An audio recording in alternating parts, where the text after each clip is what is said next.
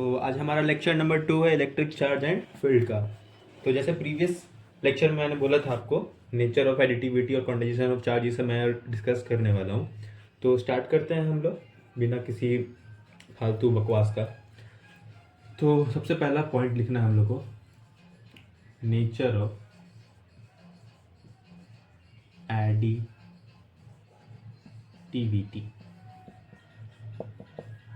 Nature of additivity मतलब मैं पहले इसका डिफिनेशन लिख देता हूँ, फिर आपको समझा देता हूँ, फिर एक एग्जांपल दे देता हूँ और एक क्वेश्चन करा देता हूँ। सही है, समझ में आ जाना चाहिए इतना से तो आपको। ठीक है, तो लिखिएगा, it is a system. Note करते चलना साथ में, बहुत फायदा होगा, साथ में नोट करते चलना और समझते चलना। It is a system have more than one charge, total charge will be algebraic sum of all charges with the nature। क्या लिखा?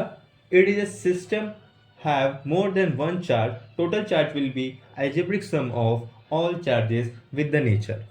पहले इसको नोट कर लो, कहीं समझ में नहीं आ रहा तो मैं रिपीट कर दे रहा हूँ फिर से एक बार। It is a system have more than one charge, total charge will be algebraic sum of all charges with the nature. ठीक है, डेफिनेशन हो गया, समझा दूं। देखो, नेचर ऑफ एडिटिविटी एक ऐसा सिस्टम है जिसमें एक एटम, मान लेते एक एटम है, उसके अंदर चार्ज दिया हुआ है। ठीक है, बहुत सारे चार्ज हैं, तो उन सारे चार्ज का एल्जेब्रिक सम, मतलब एक एटम के अंदर कोई चार्ज दिए हुए हैं, मान लेते हैं 2 कूलम है, 3 कूलम है, 4 कूलम है, 5 कूलम है, -8 कूलम है, तो उन सब का एल्जेब्रिक सम को हम नेचर ऑफ एडिटिविटी कहेंगे। कहने का मतलब क्या? It is a system have more than one charge, total charge will B algebraic sum of all charge with the nature. Relate कर पा रहे हो डिफिनेशन से मेरे? ठीक है, तो इसको हम लोग रब कर देते हैं। ठीक, तो यहाँ पे मैंने 2 एग्जांपल्स दिए हैं, यहाँ पे मैंने 2 एग्जांपल्स दिए हैं। ठीक है, एक एग्जांपल्स आपको अभी मैं कराऊंगा और एक एग्जांपल आपका होमवर्क होगा जो कि आपको कमेंट में बताना है। तो पहला एग्जांपल है नेचर ऑफ एडिटिविटी का है। ठीक है, तो नेचर, ओहो हाँ, तो नेचर ऑफ, मार्कर क्यों नहीं काम कर रहा है यार, 2 मिनट्स।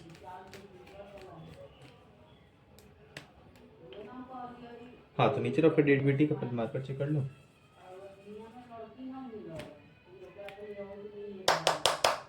ठीक है, तो इसका एग्जांपल है टोटल चार्ज निकालना है हमें। मैंने क्या बताया था कि एक एटम के अंदर कितना भी चार्ज हो उसका एल्जेब्रिक सम को ही हम नेचर ऑफ एडिटिविटी कहेंगे। तो यहाँ पे मैं लिखूंगा +2 coulomb.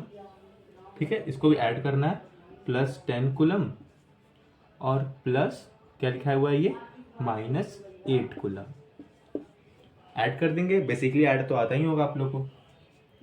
2 coulomb, 10 coulomb, 12 coulomb, plus minus minus 8 coulomb, 12 से 8 जाएगा, कितना होगा? 4 होगा। तो आंसर इज योर 4 कूलम।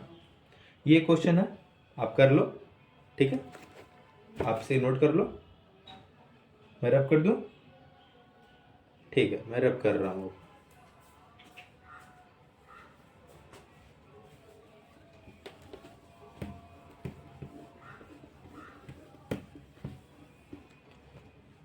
ठीक है, तो अब हम देखेंगे कंजर्वेशन ऑफ चार्ज क्या होता है। ठीक है, सेकेंड टॉपिक हमारा कंजर्वेशन ऑफ चार्ज। नोट करते चलना।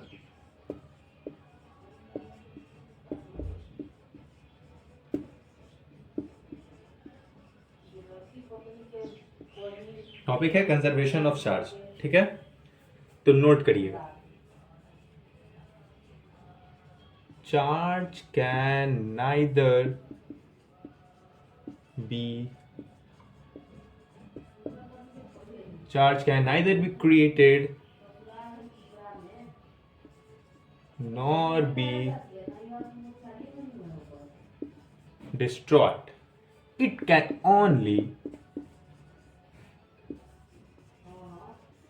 transfer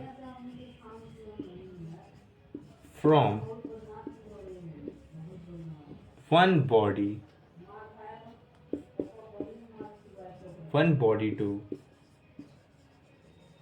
another body. ठीक है, डिफिनेशन दिख रहा है, क्लियर है, ठीक है। तो कंजर्वेशन ऑफ चार्ज होता क्या है? Charge can neither be created nor be destroyed, it can only transfer from one body to another body. Charge ना ही बन सकता है ना ही बर्बाद हो सकता है, ठीक है, ना ही चार्ज को बना सकते हो ना ही खत्म कर सकते हो, सिर्फ उसको एक बॉडी से दूसरे बॉडी में भेज सकते हो, यानी कि ट्रांसफर कर सकते हो, one body to another body. यानी कि charge can not be created nor be destroyed and it only shared from one body to another body, that is said to be conservation of charge। तो conservation of charge में कोई भी problem कहीं से? ठीक है, ठीक है। तो एक दो पॉइंट मैं लिखवा देता हूं, ठीक है, 2 पॉइंट लिखवा दे रहा हूं, उसे नोट कर लो। पहले से रब कर देते हैं।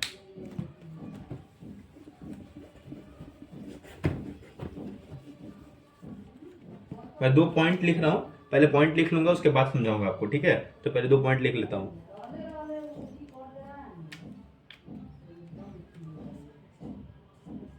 Charge on an electron and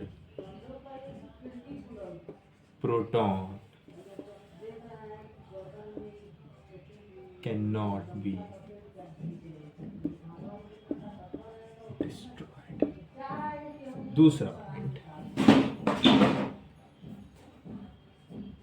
charge is always conserved। 2 point मैंने लिखा दिया, नोट कर लो। पहला पॉइंट मैं बोल दे रहा हूँ, अगर राइटिंग नहीं समझ में आ रहा है या नहीं दिख रहा होगा विजिबल होगा आपके लिए, तो पहला पॉइंट मैंने लिखा है, charge on an electron and proton can not be destroyed. ठीक है, समझा देता हूँ। Charge on an electron and proton, मैंने बताया था आपको कि प्रोटॉन और इलेक्ट्रॉन दोनों पे चार्ज होते हैं, ठीक है। चार्ज जो है वो दोनों पे होते हैं, इलेक्ट्रॉन पे भी होते हैं और प्रोटॉन पे भी होते हैं। तो बेसिकली यहाँ पे बोल रहा है कि charge on an electron and proton can not be destroyed. कहने का मतलब ये है कि इलेक्ट्रॉन और प्रोटॉन पे जो चार्ज होता है ना, वो कभी डिस्ट्रॉय नहीं हो सकता है। और दूसरा पॉइंट है, चार्ज इज ऑलवेज कंजर्व्ड, मतलब चार्ज हमेशा कंजर्व्ड रहेगा। ठीक है, ये दो बेसिकली टर्म्स है। अब हम देखेंगे नेक्स्ट टॉपिक क्या है हमारा, quantization of charge.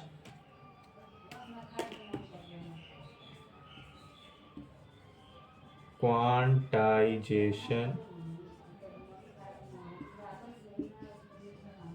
Of charge, basically इनका डेफिनेशन बिहार बोर्ड में पूछ सकता है, लेकिन सीबीएसई में नहीं पूछता है ये सब डेफिनेशन।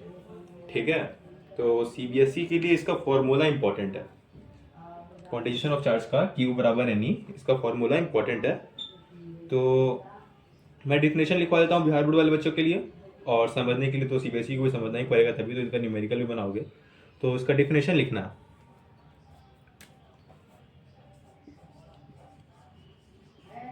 चार्ज ऑन एनी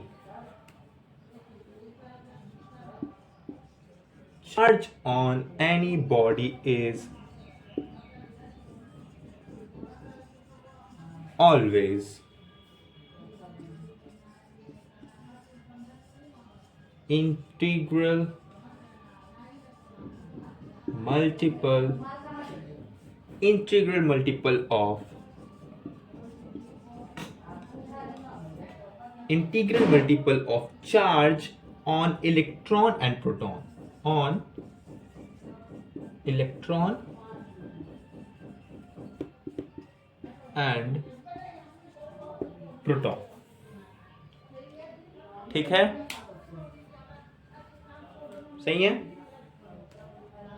समझ में आया? तो क्वांटाइजेशन ऑफ चार्ज मैंने यहां से बताया आपको, क्वांटाइजेशन ऑफ चार्ज।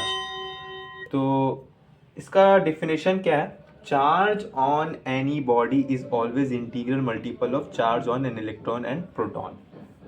मतलब जो चार्ज होगा किसी भी बॉडी पे, वो हमेशा क्या होगा? इंटीग्रल मल्टीपल होगा उस चार्ज के नंबर ऑफ इलेक्ट्रॉन और प्रोटॉन के बराबर। तो इसको मैं डेफिनेशन से समझा दिया हूँ, और मैं आपको कुछ न्यूमेरिकल्स और इसके कुछ क्वेश्चंस भी बता देता हूँ, ठीक है? मैं काम करता हूँ, मैं इसको कन्वर्ट कर देता हूँ और आपके लिए वो वाले चौक वाले बोर्ड पे टाइप कर देता हूँ, क्या ठीक रहेगा ना? ठीक है, वेट करो। तो क्वांटाइजेशन ऑफ चार्ज होता क्या है, ठीक है? तो इसका फॉर्मूला है Q बराबर N, ठीक है? यहाँ पे जो आपका N है वो इंटीजर है, आपका N इंटीजर है, E इलेक्ट्रॉन है, और Q तो सब जानते ही हैं चार्ज होता है, और Q आपका क्या है? चार्ज। Q बराबर Ne, ठीक है? यहाँ पे एक बात याद रखना, ये जो N होगा ना, ये कभी भी फ्रैक्शन में नहीं आएगा ना, कभी नहीं फ्रैक्शन में नहीं आएगा, और ना ही कभी भी डेसिमल। Q बराबर N, N integer, E electron, Q charge, N कभी भी फ्रैक्शन नहीं होगा, ना कभी डेसिमल होगा, ठीक है? अब एक काम करो, क्वेश्चन दे दूं? चलिए क्वेश्चन करो, कि क्वेश्चन ऐसा है जो सीबीएसई और बिहार बोर्ड दोनों में पूछा होगा। सीबीएसई में भी 2 नंबर के लिए और बिहार बोर्ड में भी 2 नंबर के लिए पूछा गया है। क्वेश्चन नोट करो। Can a body have a charge of 4.8 into 10 to the power minus 20 coulomb? Question note कर लो, नोट कर लिया, सॉल्व कर लिया? अब मैं बताऊं, चलो।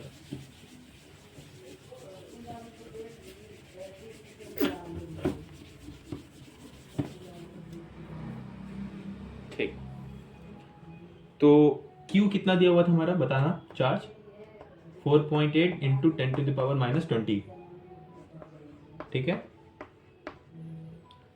4.8 into 10 to the power minus 20, जानते हो बताया था मैंने, 1 इलेक्ट्रॉन बराबर कितना होता है? 1.6 into 10 to the power minus 90, ठीक है? अब फॉर्मूला भी जस्ट बताया आपको, Q बराबर Ne, और मैंने क्वेश्चन क्या पूछा है? Can a body have a charge of इतना 4.8 into 10 to the power minus 20 को। तो मैं यहाँ से बेसिकली Q और E दिया है, तो मैं क्या निकाल सकता हूँ? Q और E दिया हुआ है, तो मैं निकाल क्या सकता हूँ? N। तो मैं N निकालता हूँ, Q यानी कि 4.8 into 10 to the power minus 20, by में E इधर आएगा, तो नीचे में ये लिखेंगे 1.6 into 10 to the power minus 90। यहाँ से पॉइंट हटाएगा, यहाँ से पॉइंट हटाएगा, तो ये इससे कट जाएगा 3 बार में, और इसको ऊपर ले जाऊंगा तो ये आ जाएगा 10 टू द पावर माइनस 1, ठीक है? तो n बराबर आ गया आपका 3 into 10 to the power minus 1, यानी कि 10 इनवर्स। इसको हम यहाँ पे लिख सकते हैं 3 इंटू 1/10, यानी कि 3/10, और इसको आप लिख सकते हो 0.3। n क्या आ गया आपका? n आ गया 0.3। जस्ट पीछे वाले पेज पे मैंने बताया था आपको कि n जो है कभी भी फ्रैक्शनल नहीं हो सकता है और डेसिमल नहीं हो सकता है। तो यहाँ पे n डेसिमल आ गया, तो ये बॉडी चार्ज नहीं है, चार्ज नहीं है, चार्ज नहीं है ये बॉडी। समझ में आ गया? समझ में आ गया? नॉट पॉसिबल बोल सकते हो इसको आप लोग। अब मैं यहाँ पे आपको डीपीपी के कुछ क्वेश्चंस लिख के बोर्ड पे लिख दे रहा हूँ। आप 5 से 6 मिनट में आपको 9 से 10 क्वेश्चन है यहाँ पे, वो आपको कंप्लीट करते हैं और जल्दी से हम आपको नेक्स्ट मतलब आगे की जो भी है प्रोसेस है, जो भी टॉपिक बचे हुए हैं वो पढ़ाते हैं। क्वेश्चन 2-2 मिनट 1-1 मिनट के अंदर या 30-30 सेकेंड्स के अंदर मैं स्किप करते रहूँगा, ठीक है? नोट कर लो इसको, नोट कर लो। ये 5 क्वेश्चंस है, डीपीपी फर्स्ट है और 5 क्वेश्चंस लिखवा देता हूँ। ये 5 क्वेश्चंस नोट्स करो। मैंने जो पीछे लेक्चर पढ़ाए इन सारे चीज़ के A to Z क्वेश्चंस के आंसर आपको मेरे लेक्चर में मिल जाएंगे। अगर आपने लेक्चर नहीं देखा है तो प्रीवियस लेक्चर जाके देखो और इस लेक्चर से भी 1-2 क्वेश्चन है, आप जाके ट्राई करो, ठीक है? अब इसे हटा दिया, ठीक है? डीपीपी 2 देखिए अब आप रिमेनिंग क्वेश्चंस, ठीक है? रिमेनिंग क्वेश्चन सही है, ठीक है? क्वेश्चन नंबर 8 देख लेना। Can a body have 4.8 × 10⁻18 coulomb? Just अभी इसी लेक्चर में बताया मैंने, ठीक है? इसी लेक्चर में बताया मैंने अभी आपको। ठीक है, हो गया। आगे बढ़े, टॉपिक बदले अब हम लोग। नेक्स्ट टॉपिक में हमने क्या पढ़ना है? अब हमें पढ़ना है अगले मतलब आगे वाली स्लाइड में, इसे आप नोट करो तब तक मैं बता रहा हूँ। अब हमें पढ़ना क्या है? अब हमें पढ़ना है कंडक्टर, इंसुलेटर के बारे में, electroscopes, Coulomb's law in vector form, ठीक है? इस 4 चीज को खत्म करेंगे इस लेक्चर में। हम बस कूलम्स लॉ तक जाएंगे और Coulomb's law in vector forms हम 3rd लेक्चर में देखेंगे, ठीक है? हटा दो इसे, चलो ठीक है। अब हम पढ़ेंगे कंडक्टर्स और इंसुलेटर्स, ठीक है? तो जल्दी जल्दी नोट करना, मेरे पीछे पीछे नोट करो। Conductor,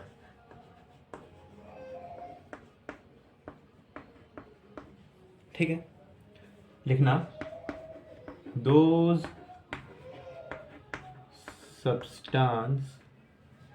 substance which have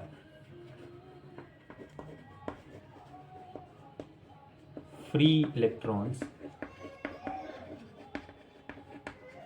those substance which have free electrons and charge, those substance which have free electrons and charge can flow easily.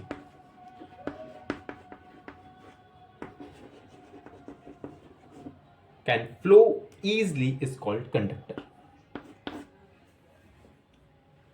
Example भी दे देता हूं यहाँ पे, सिल्वर, गोल्ड एक्सेट्रा, ठीक है? जल्दी नोट करना। कंडक्टर क्या है? अब हम थोड़ा तेजी से पढ़ेंगे हम जल्दी जल्दी। कंडक्टर वो है जो the substance which have free electrons and charge can flow easily is called conductor. किसी भी कंडक्टर में, कोई भी कंडक्टर है, मान लेते हो एक रॉड है, उस रॉड को तभी कंडक्टर कहेंगे जब उसमें फ्री इलेक्ट्रॉन्स होंगे, यानी कि जब इलेक्ट्रॉन्स उसमें फ्रीली फ्लो करेंगे, कोई इसको रोकेगा नहीं। कोई एक रॉड है, ठीक है? इसमें इलेक्ट्रॉन फ्लो कर रहा है और इस इलेक्ट्रॉन को फ्लो करने से कोई रोक नहीं रहा है। जब ये इलेक्ट्रॉन फ्लो करेगा तो उसको कोई रोकेगा नहीं, तो उसको बोलेंगे कंडक्टर, ठीक है? एग्जांपल में आपका सिल्वर, कॉपर, गोल्ड, सी वाटर एक्सेट्रा। समझ में आ गया? जल्दी से बढ़ेंगे इंसुलेटर के बारे में, ठीक है?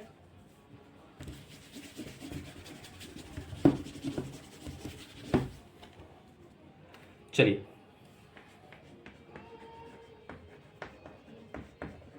इंसुलेटर, ठीक है? दो सब्सटेंस, ये चौक थोड़ा वो हो रहा है, दो सब्सटेंस विच हैव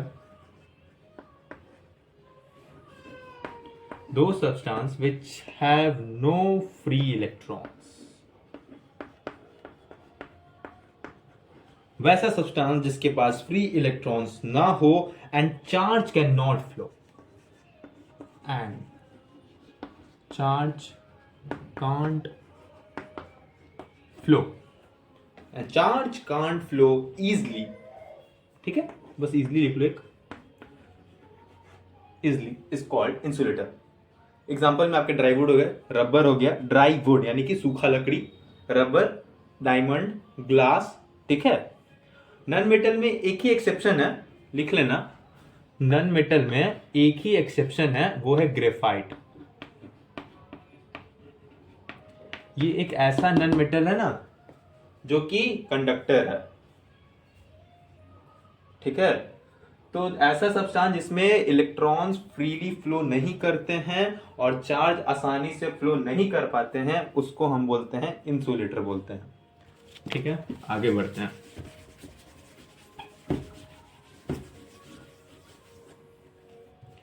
अब हम पढ़ेंगे इलेक्ट्रोस्कोप।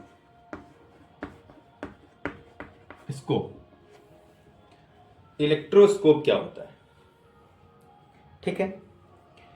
तो with the help of electroscope we can find that body is charged और नॉट। सबसे सिंपल लैंग्वेज, मतलब उस इलेक्ट्रोस्कोप के हेल्प से हम क्या पता कर सकते हैं कि बॉडी चार्ज है कि नहीं चार्ज है। इसको मैंने इस लैंग्वेज में बोला, आपको इसी लैंग्वेज में डिफिनेशन भी लिख लो, ठीक है। लिखना electroscope with the help of electroscope, sorry, with the help of electroscope, with the help of electroscope we can find that an object is charged or not charged। Electroscope से हम लोग क्या पता करते हैं कि एक बॉडी चार्ज है या नहीं है, ठीक है। समझ में आ गया, कोई दिक्कत यहां तक। आप इसके लिए क्या करना, एनसीईआरटी का बुक देखना, उसमें पेज में इलेक्ट्रोस्कोप का फिगर दिया हुआ है, बस उस फिगर को एक बार नोट कर लेना। देखिए, क्योंकि हम वन शॉट पढ़ा रहे हैं तो उतना डिटेल्स में नहीं जाएंगे, हम ऊपर ऊपर से पूरा कवर करते जाएंगे, लेकिन आपको कोई भी टॉपिक छूटेगा नहीं, ठीक है, ठीक है। तो आप उसका बस फिगर देख लेना एनसीईआरटी का, और एक बार उस पोर्शन को रिवाइज कर लेना, बस एक बार रीड डाल देना, और कुछ नहीं करना है, ठीक है। जल्दी से हम बढ़ते हैं कूलम्ब्स लॉ की तरफ।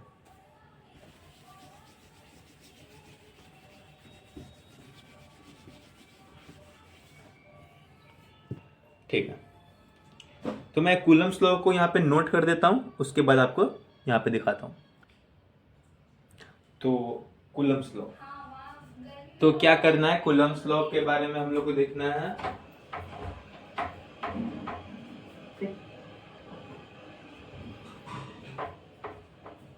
तो कूलम्ब्स लॉ के बारे में देखेंगे। Coulomb's law, according to Coulomb's law, force between two charges is directly proportional to the magnitude of product of charges and inversely proportional to the square of distance between two charges। ठीक है, English है, समझ लो, पहले बताता हूँ, उसके बाद definition समझ में नहीं आएगा, जब मैं बताऊंगा ना तो समझ में आ जाएगा। ऐसे बता के देखो, क्या देखो, according to Coulomb's law, force between two charges. Coulomb's law के कहने का मतलब क्या है ना, कि दो चार्ज है, मान लो,